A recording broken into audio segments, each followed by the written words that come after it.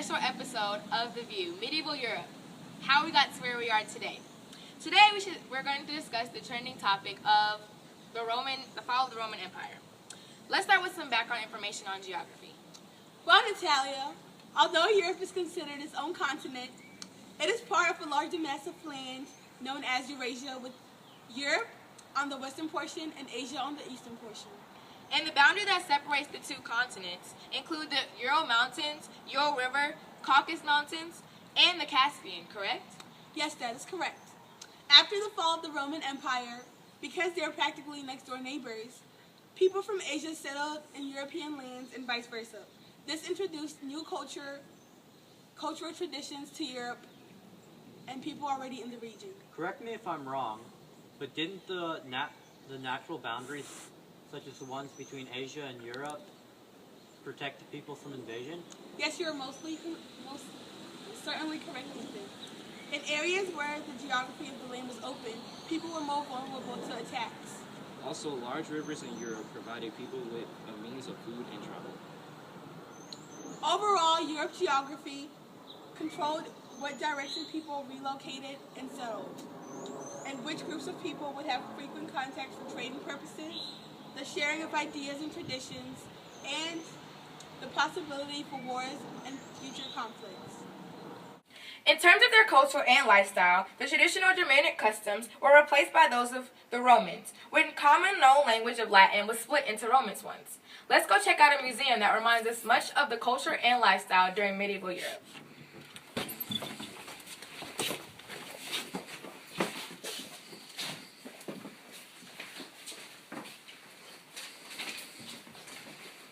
Oh, what a surprise. I wasn't expecting any visitors.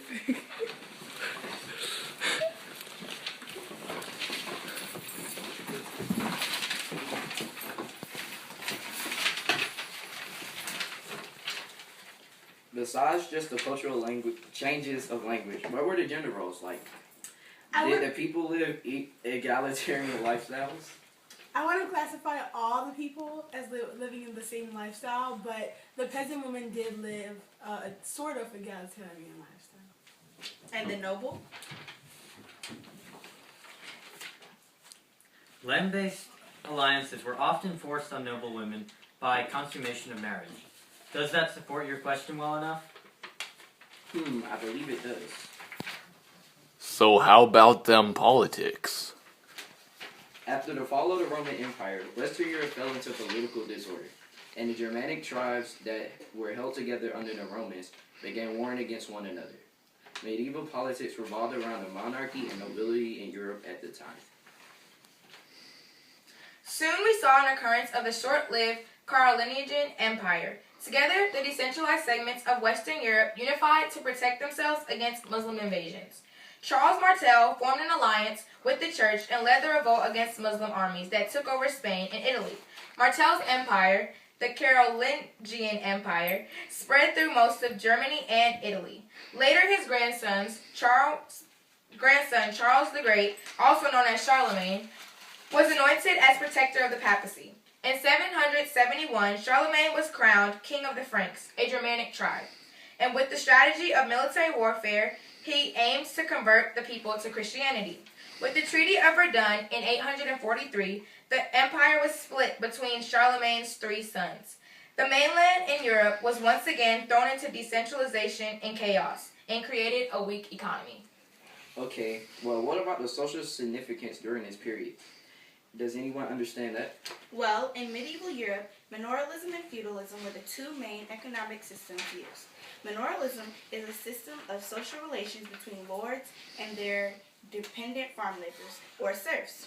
Serfs replaced slaves and were property of the land, while feudalism was more of a hierarchical system in which the kings and the lords gave land to vassals in return for military support. Weren't contracts for exchange of land and protection called fiefs? That's true. Feudalism declined after the Crusades because a demand was put on the production of goods, and a money system was introduced. This system being established, it remained this way through the rest of the medieval period, adding further decentralization and loss of central control over the territory. With the death of Charlemagne after being crowned Emperor of the Romans, the Carolingian Empire fell and was followed by the formation of the Holy Roman Empire in 962. In 909, one of the three sons gave rights to the Viking groups he could not hold off, called Normans, who settled in what is now Normandy. They learned the local language and religion, but kept their warlike Viking ways, and joined with other Viking groups on their invasion of Britain, led by William the Conqueror, leader of the Normans. The Viking invaders took Britain from the Saxons in what is called the Norman Conquest, and has established the future English kingdom. William the Conqueror became the first effective king beginning around 1096. The Crusades sent large numbers of European troops, and even children at one point, into the Middle East in an attempt to retake the Holy Land from the Abbasid infidels, leading to an influx of short-lived Christian groups throughout the area. In the fourth and final crusade, ended up with the sacking of Constantinople, weakening the Byzantines and making them easy prey for the Ottoman invasion. In 1337, the 100 Years' War, fought between England and France over whether or not women could inherit the throne, began and continued on and off for the next 100 years, until it was ended by Saint Joan d'Arc of France pushing English armies out of France during a time of political strife in Britain. Aya, about Catholicism, can you elaborate on the way it was practiced throughout medieval Europe? Relating to religion, before the time of Charlemagne's rule, Clovis the Frank converted to Roman Catholicism, which was religiously significant to medieval Europe because it encouraged all of his subjects to convert to Christianity from their pagan beliefs. Also, Augustine of Canterbury began to convert the Anglo-Saxons to Christianity, which made Anglo-Saxons convert to Christian beliefs.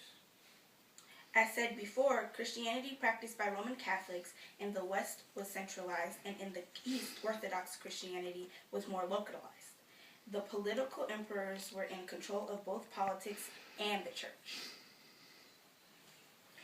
In addition to the collection of tithe, the church also accepted all kinds of gifts from individuals who wanted to have a certain place in heaven.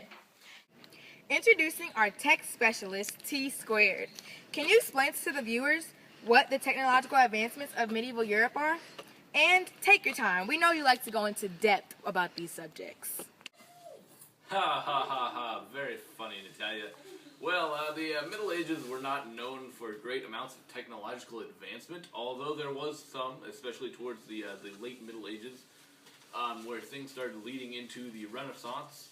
One such invention was the water wheel, which was a wheel, put it in a river, the moving water turns the wheel, allows you to power various large heavy machinery, such as in the early days, millstones used to grind corn, and way in the future that will be the basis for the Industrial Revolution.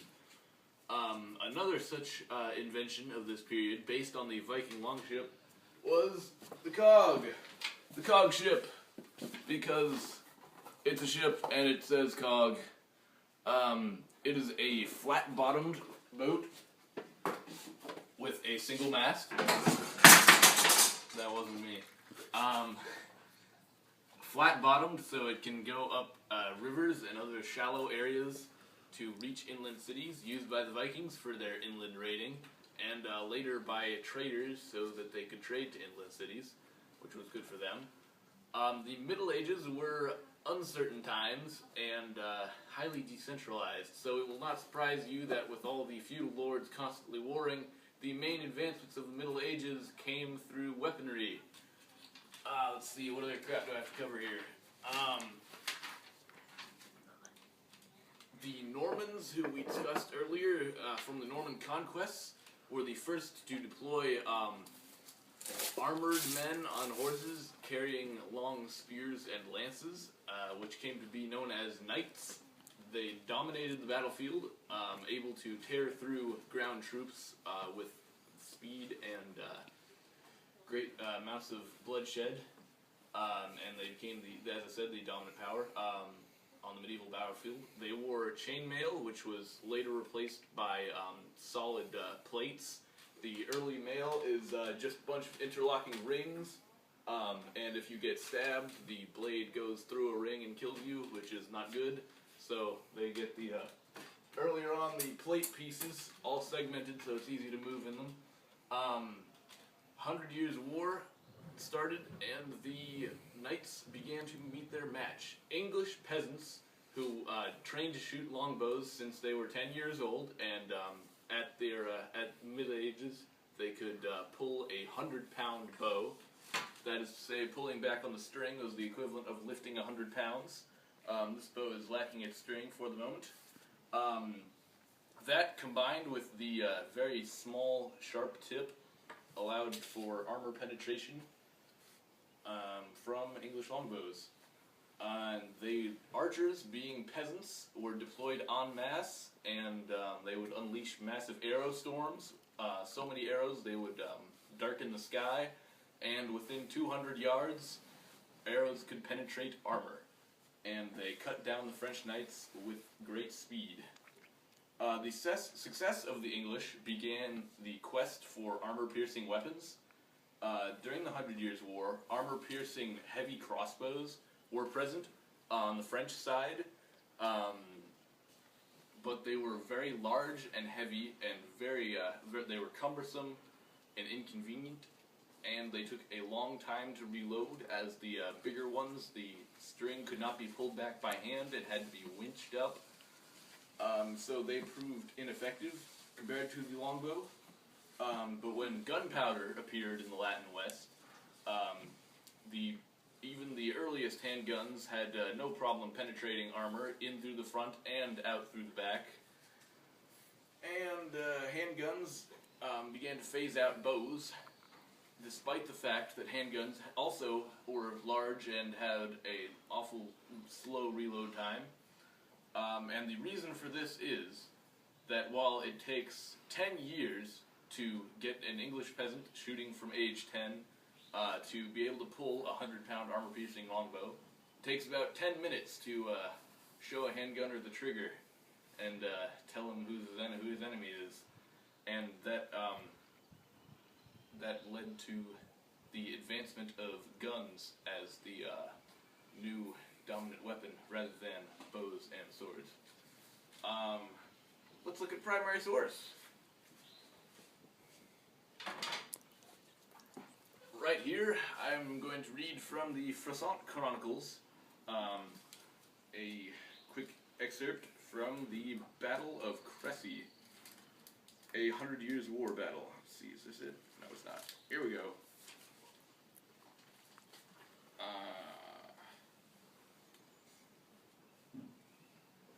As King Philip came into the sight of the English, his blood began to boil, such was his hatred. He cried out to his marshals, "Order the Genoese forward, and let their battle begin, in the name of God and St. Denis." There were about 15,000 Genoese crossbowmen, but they were quite unready for battle, and being very tired, and having marched over 15 miles in full armor, carrying their crossbows, they told the constable that they were in no condition to fight, and the Count of Alencon, when he heard it, said, "This is what one gets for employing such rabble. They fail us in the hour of need." When the Genoese were in some kind of order and were ready to attack the English, they began to shout extremely loud in order to dismay the English, who, however, held their ground and paid no attention. The English archers took a pace forward. Let's see, hold on. A third time they shouted extremely loud, and advanced, aimed their crossbows, and began to shoot. The English archers then took a pace forward and let fly their arrows in such a unison that they were Tommy, that's enough of that. thick as snow. Let's get back to the rest of it. Oh my goodness, Ethan. Wow, okay. Well, I think when Natalia said be detailed, she should have reminded you that producers only pay for a certain amount of show. Sorry, Ben Shy. Tune in tomorrow for Kim Kardashian's scandalous women marriage. As long as there's no technological significance, I think we'll be fine, right, Tommy? Always cracking jokes, Ethan. Well, thanks for watching, and remember, it's always good to take time out of your day to capture the beauty of the view. Ting.